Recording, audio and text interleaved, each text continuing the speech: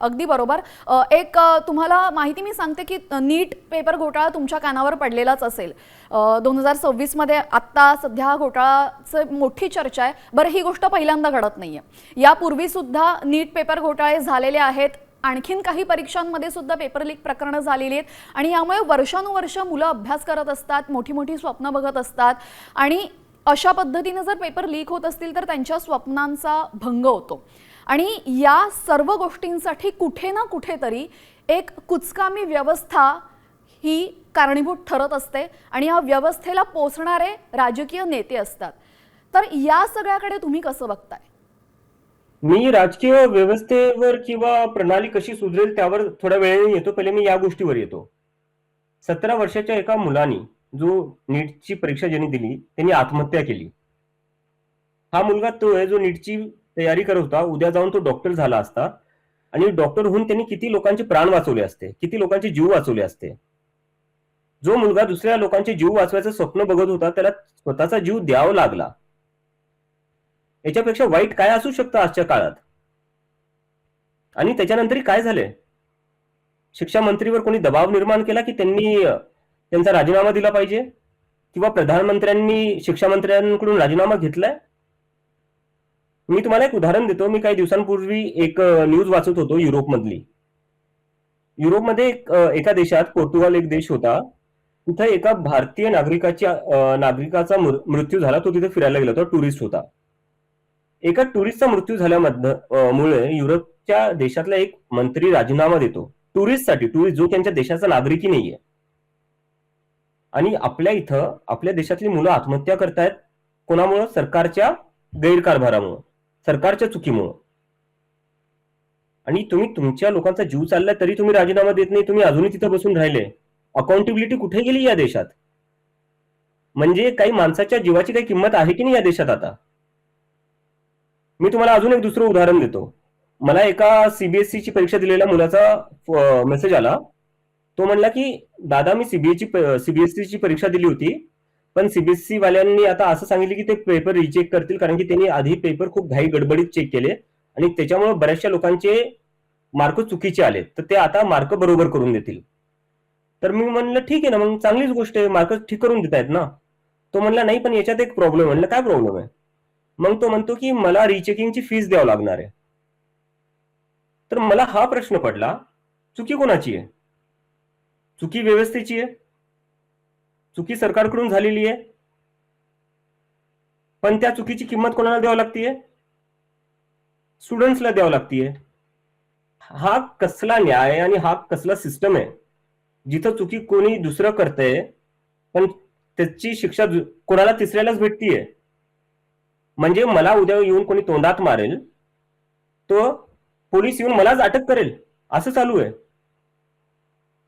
अरे, सरकारने कशाला पैसे घेतले पाहिजे? सरकारने पूर्ण खर्चाची जबाबदारी स्वतः घेतली पाहिजे की आमच्याकडून चुकी झालेली आहे, आम्ही मार्क चुकीचे दिलेत, तर आम्ही सगळ्यांचे फ्रीमध्ये पेपर रिचेक करू.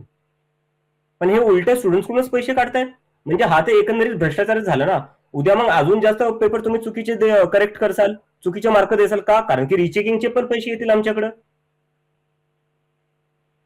हा तर सरळ भ्रष्टाचारच आहे. मग याच्यावर काय कोणी काय करते? काय सरकार जबाबदारी फिक्स करते का? अकाउंटेबिलिटी कुठे फिक्स करते का? सरकार नाही करत आहे. तर हा विचार केला पाहिजे आपण. नक्कीच रिचेकिंग सारखा एक नाजूक मुद्दा तुम्ही पकडला आणि वर्षानुवर्ष ही सिस्टीम अशीच काम करते. रिचेकिंगसाठी मुलांना पैसे भरावेच लागतात, किंबहुना अनेकदा पैसे नसल्यामुळे मुलं रिचेकिंगला सुद्धा टाकत नाही, ते केटी सोडवायचा प्रयत्न करतात. यानंतर तुम्ही एक तुमच्याच मुद्द्यामध्ये बोलता बोलता तुम्ही म्हणालात की शिक्षण मंत्र्यांनी जबाबदारी घेऊन राजीनामा दिला पाहिजे. तर हे सगळं बोलत असताना ही मागणी नेमकी काय आणि लोकांनी यासाठी काय केलं पाहिजे, आपल्याला काय वाटतं?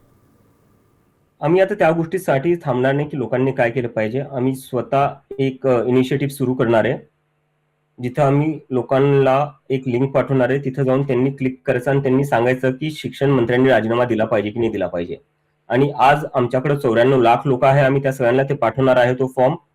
आणि त्या 94 लाख लोक जेव्हा आम्हाला सही करून पाठवतील तेव्हा आम्ही सांगू की 94 लाख हे जे लोक आहेत त्यांचं म्हणणं आहे की शिक्षण मंत्र्यांनी राजीनामा दिला पाहिजे. आणि तरीही जर सरकार ऐकत नसेल तर तुम्ही समजून घ्या की आपण कितीही काही बोललो, कितीही काही केलं तरी ही सरकार कोणाचंच ऐकायला तयार नाही. यांना असं वाटतंय आता की यांचं कोणीच काही बिघाडू शकत नाही. कारण की इथपर्यंत वेळ आलीच नव्हती पाहिजे. जसं त्या मुलांनी आत्महत्या केली होती त्याच्या दुसऱ्याच दिवशी मुलाची आत्महत्या पण सोडा, जेव्हा पेपर लीक झाला तेव्हाच राजीनामा आला पाहिजे होता. नीटचं आपण बोलतोय, महाराष्ट्रात किती पोलीस भरतीचे किती पेपर लीक झालेले आहेत. 40-40 लाख मुलं पोलीस भरतीला जातात. त्यांच्या एक्झाम कितीदा तुम्ही रिस्केड्यूल करतात, कितीदा त्यांना कुठल्या कुठल्या कोपऱ्यात बोलवतात. त्याचे निकाल तुम्ही 1-1 वर्ष देत नाही, 2-2 वर्ष देत नाही. तोपर्यंत करायचे काय या पोरांनी? त्याच्यावरून तुम्ही एज लिमिटही लावतात. ती वाट बघत बघत त्याची एज लिमिट निघून गेली तर तुम्ही सरळ त्यांच्या करिअरशी खेळतायत, त्यांच्या आयुष्याशी खेळतायत. कधीपर्यंत? जी बरोबर. अशा पद्धतीने तुम्ही विद्यार्थ्यांच्या आयुष्यासोबत खेळताय आणि पर्यायाने जे भारताचं भवितव्य आहे तेच धोक्यात घालताय. हे राजकारणानं कळत नाही असं तुमचं मत आहे. अगदी बरोबर. तुम्ही महाराष्ट्राचा उल्लेख केला आता बोलण्यात. महाराष्ट्रातले तुम्ही आहात, त्यामुळे ही जी बंडखोर वृत्ती, ही जी उद्विग्नता आहे, ही नेमकी तुम्हाला कुणाकडनं मिळाली? ही चळवळ सुरू करण्याची प्रेरणा कुठून मिळाली? तुम्ही महाराष्ट्रात आहात. नाही, मला वाटतं मी महाराष्ट्रात जन्मल्यामुळेच कदाचित असं असू शकतं.